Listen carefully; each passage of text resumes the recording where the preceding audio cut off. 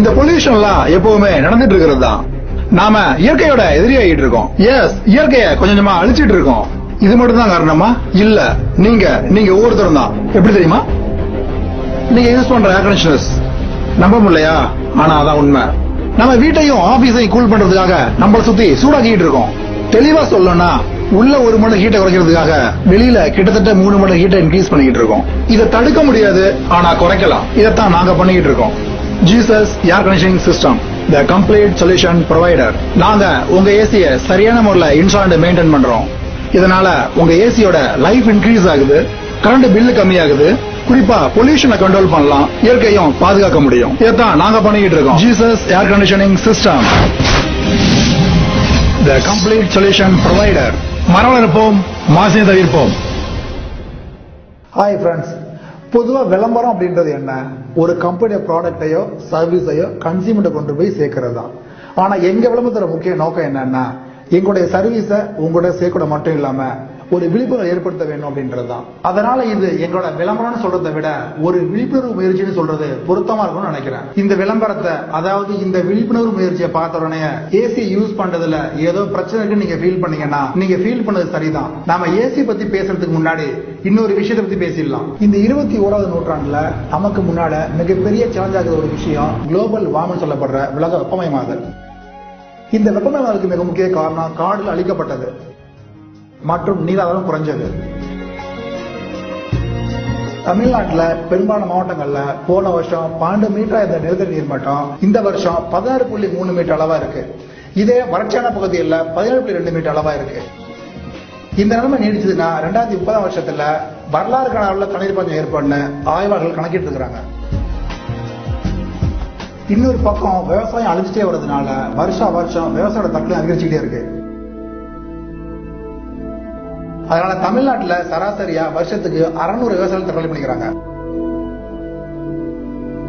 நம்மளோட எதிர்கால சந்ததியோட வாழ்க்கை கேள்விக்குறி ஆகாம இருக்கணும்னா மரத்தை வளர்த்து காடுகளை உருவாக்கி நீரை சேமிச்சு நிலத்தடி நீர் அதிகரிச்சு விவசாயத்தை காப்பாற்றணும். என்ன இவன் ஏசி பத்தி பேசுறேன்னு சொல்லிட்டு விவசாயத்தை காப்பாற்றணும், பசுமை புரட்சி பண்ணணும்னு சம்பந்தமே எல்லாம் பேசணும்னு யோசிக்கிறீங்களா?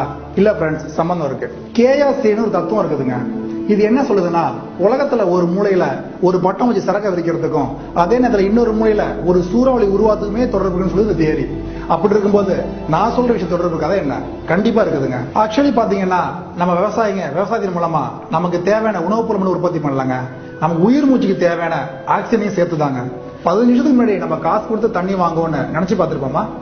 இந்த நிலைமை நீடிச்சதுனாக்க இன்னும் 20 வருஷத்துல காசு கொடுத்து காத்தோட சூழ்நிலை வரலாம். அதுக்காக பேண்ட கழட்டி போட்டு துண்டை இடுப்புல கட்டிக்கிட்டு மண்வெட்டி எடுத்துக்கிட்டு கொத்த வாங்கன்னு சொல்ல, விவசாயம் ஆன சார்ந்த விஷயங்களுக்கு பின்புலமா இருக்கணும் தான் சொல்றேன். மனுஷன் பிரச்சனைகளை தலைக்கு மேல சுமந்துகிட்டு வாழ்றான்றது மற்ற விஷயங்களுக்கு பொருந்தோ இல்லையோ கண்டிப்பா ஏசிக்கு பொருந்தும். ஏசியை மற்ற எந்த electric and electronic equipment compare பண்ண முடியாது. It's totally different. அதர் எக்யூப்மெண்ட்ஸ்ல பொல்யூஷன் ஒண்ணு பெருசா இல்ல. ஆனா ஏசி இருந்து ரிலீஸ் பண்ற கேஸ், அது ப்ரொடியூஸ் பண்ற ஹீட், அது எடுத்துற கரண்ட் எல்லாமே ரொம்ப அதிகம். எப்படின்னா நம்ம ஏசி வாங்க முடிவு பண்ணதும் என்ன பிராண்ட் வாங்கலாம், என்ன ஸ்டார் ரேட்டிங் வாங்கலாம், என்ன மாடல் வாங்கலாம், இன்வெர்டர் வாங்கலாமா, விஆர்வி அல்லது விஆர்எஃப் வாங்கலாமா, எந்த பிராண்ட் பவர் சேவிங் கொடுக்கும், எந்த மாடல் லைஃப் வரும் அப்படின்லாம் யோசிக்கிறோம். ஆனா வாங்கின ஏசி எப்படி இன்ஸ்டால் பண்ணோம், எப்படி மெயின்டைன் பண்றோம் அப்படின்றது நம்ம கவலைப்படுறதே இல்லை. நம்ம நாட்டுல நீர் மேலாண்மைன்ற வாட்டர் மேனேஜ்மெண்ட் இருக்கு, ஏட்டளவுல டைம் மேனேஜ்மெண்ட் இருக்கு, நம்ம அதை ஃபாலோ பண்றதே இல்ல. ஹீட் மேனேஜ்மெண்ட் வெப்ப மேலாண்மை இருக்குதா? இதுவரை இருந்தா தெரியல. அதாவது ஒரு மிஷின்ல இருந்து எவ்வளவு ஹீட் வெளியேறலான்ற கணக்கே கிடையாது. ஏசி அதான் பண்ணிட்டு இருக்கு. அதுல இருந்து வெளியேற்றுகின்ற அதிகமான ஹீட் தான் உலக வெப்பமயமாதலுக்கு மிகுந்த காரணமா இருக்குது. இதை குறைக்க முடியுமான்னா முடியும். எல்லா அறிவியல் கணிப்பு போலதான் ஏசியும் நல்லதும் இருக்கு, கெட்டதும் இருக்கு. அணுசக்தியே தப்புன்னா அப்துல் கலாம் ஐயா அதை சோதனை பண்ணி பார்த்துக்க மாட்டாரு. எந்த நவீன கண்டுபிடிப்பா இருந்தாலும் நாம அதை எப்படி பயன்படுத்தணுன்றதை பொறுத்துதான் அது நல்லதாவோ கெட்டதாவோ அமையும். அப்படிதான் ஏசியும். இதை சரியான முறையில் இன்ஸ்டால் அண்ட் மெயின்டைன் பண்றதுனால கரண்ட்டை சேமிக்கலாம், ஏசியோட லைஃபை இன்க்ரீஸ் பண்ணலாம், அது ப்ரொடியூஸ் பண்ற ஹீட்டை குறைக்கலாம், குறிப்பா ஃபயர் ஆக்சிடென்ட் தடுக்கலாம். ஏசியை சரியான முறையில் மெயின்டைன் பண்றதுனால சேவ் பண்ற ஒவ்வொரு யூனிட் கரண்டாலையும் ஒரு அணு பிளக்கப்படுவதையோ அல்லது நிலத்தில் எரிக்கப்படுவதையோ குறைக்கலாம். மொத்தத்துல பெரிய அளவு ஏற்படுற ஒரு பொல்யூஷனை குறைக்க முடியும். சோ இந்த பொல்யூஷனை கண்ட்ரோல் பண்ண காடு, மரம், நீர் மேலாண்மை எல்லாமே யூஸ் ஆகுது. அதனாலதான் சொன்ன கேஆர் தியரி பற்றி. எந்த பிரச்சனை வந்தாலும் எனக்கு என்ன விலங்குலையும் நின்றுதான் நாம நிறைய விஷயங்களை கோட்டை விட்டுட்டோம், குறிப்பா இயற்கை பாதுகாப்பு என்ற விஷயத்தில். ஆனா இப்போ எனக்கு என்ன என்று இருக்க வேண்டிய பேச வேண்டிய காலம் இதல்ல. இது நமக்கானது என்று பேச வேண்டிய செயல்பட வேண்டிய நேரம்.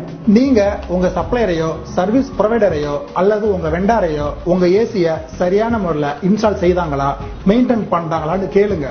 அதை வாட்ச் பண்ணுங்க. கிட்டத்தட்ட 70 to 80% ஆஃப் ஏர் கண்டிஷனர்ஸ் சரியான முறையில் இன்ஸ்டால் அண்ட் மெயின்டைன் பண்ணலான்றதுதான் நிதர்சனமான உண்மை. பொல்யூஷன் கண்ட்ரோல் பண்றதுல கொஞ்சம் அக்கறை எடுத்துக்கோங்க. எதிர்காலம் நமக்கானது, நம் சந்ததிகளுக்கானது. அவர்களுக்கு செல்வம் சேர்த்து வைக்கிறோமோ இல்லையோ, ஆரோக்கியமான எதிர்காலத்தை உருவாக்க வேண்டியது நமது கடமை. பொதுவா நாம எல்லாருக்கும் இருக்கிற ஒரு மிகப்பெரிய சந்தேகம், ஏசி பயன்படுத்துறது நல்லதா கெட்டதா அப்படின்றதுதான். ஏசி யூஸ் பண்றது எந்த அளவுக்கு நல்லது இல்லையோ அதே அளவுக்கு அது கெட்டது இல்லைன்றதுதான் என்னுடைய கருத்து. ஆனா இதுல எது சரியான மெத்தட்ன்றதை தெரிஞ்சுக்கிட்டு யூஸ் பண்றது நல்லது. பொதுவா நம்ம ஏசில டெம்பரேச்சரை 16 டிகிரி செல்சியஸ் செட் பண்ண முடியும். இந்த டெம்பரேச்சர் நம்ம உடலத்திற்கோ நம்ம சூழ்நிலைக்கோ ஏற்றதல்ல. அதனால 25 degree Celsius plus or minus 1 degree நம்ம செட் பண்ணி பயன்படுத்தலாம். இதனால நம்ம உடல் நலத்திற்கும் சரி, நம்ம சூழ்நிலைக்கும் நம்ம கரண்ட் பில்லுக்கும் ஏற்றதா இருக்கும். குறிப்பா நம்ம ஏசியில் இருக்கும்போது நமக்கு எடுக்க தண்ணீர் தாகமானது குறைவாகவே இருக்கும். பட் யூரின் மட்டும் அடிக்கடி வெளியேறிக்கிட்டே இருக்கும். இதெல்லாம் நமக்கு பாடி டீஹைட்ரேஷன் ஆகுது. ரீசெண்டா நம்ம நியூஸ்ல அடிக்கடி கேள்விப்படுற வார்த்தை டீஹைட்ரேஷன். கிட்டத்தட்ட அது இந்த வகையை சேர்ந்ததுதான். இதை புரியும்படி சொல்லணும்னா, ஒரு கிளாஸ்ல சில் வாட்டர் ஃபில் பண்ணும் பொழுது அந்த கிளாஸை சுத்தி வெளியில வாட்டர் டிராப்ஸ் ஆனது கிரியேட் ஆகுது. இந்த டிராப்ஸ் எப்படி கிரியேட் ஆகுதுன்னா, கிளாஸுக்கு வெளிப்பக்கமா இருக்கிற காற்றுல உள்ள வாட்டர் வேப்பர் ஆனது வாட்டர் கண்டென்ஸ் ஆகும்போது ஏற்படுது. இதே போல நமது உடலின் வெளிப்புறமானது குளிர்ச்சி அடைவதால் உடலில் உள்ள நீரானது குளிர்ந்து சிறுநீராக வெளியேற்றப்படுகிறது. ஆனால் நமது உடலானது வியர்வையின் மூலமாக ஏற்படும் டீஹைட்ரேஷனால் நமக்கு தண்ணீர் தாகம் எடுக்கிறது, நாம் நீர் எடுத்துக் கொள்கிறோம். ஆனால் நாம் ஏசி ரூமில் இருக்கும் பொழுது ஏற்படும் டீஹைட்ரேஷனால் நமக்கு தண்ணீர் தாகம் எடுப்பதில்லை. ஆகவே நாம் நீர் அருந்துவதில்லை. இதனால் நமது உடலானது நீர்ச்சத்து இழப்பு ஏற்பட்டு பல்வேறு வகையான வியாதிகள் ஏற்பட காரணமாகின்றது. இதனை தவிர்க்க டாக்டர் அட்வைஸின்படி தினமும் 3 to 4 லிட்டர் தண்ணீர் எடுத்துக்கொள்வதாலும் ஃப்ரெஷ் ஜூஸ் எடுத்துக்கொள்வதாலும் தவிர்க்கலாம். மேலும் உடற்பயிற்சி செய்வது நல்லது. பிறகு அதிக வியர்வுடன் ஏசி ரூமில் நுழைவதை தவிர்க்க வேண்டும். மாதத்திற்கு ஒரு முறையாவது ஏசியில் இருக்கின்ற ஏர் பில்டரினை கிளீன் செய்வது நல்லது. இதை நீங்களே செய்து கொள்ளலாம். தென் ஏசியினை 3 to 4 மாதங்களுக்கு ஒரு முறை பீரியாடிக்கல் சர்வீஸ் செய்வதன் மூலம் டஸ்ட் அலர்ஜி மற்றும் அதனால் ஏற்படும் ஆஸ்துமா வியாதிகளையும் காற்றின் மூலம் பரவும் பாக்டீரியா வியாதிகளையும் தவிர்த்துக் கொள்ளலாம். சோ இந்த மெத்தட்ஸ் எல்லாவற்றையும் ஃபாலோ செய்து உங்களை பாதுகாத்துக் கொள்வதோடு பொல்யூஷன் தவிர்க்குமாறு கேட்டுக்கொள்கிறேன். நன்றி, வணக்கம்.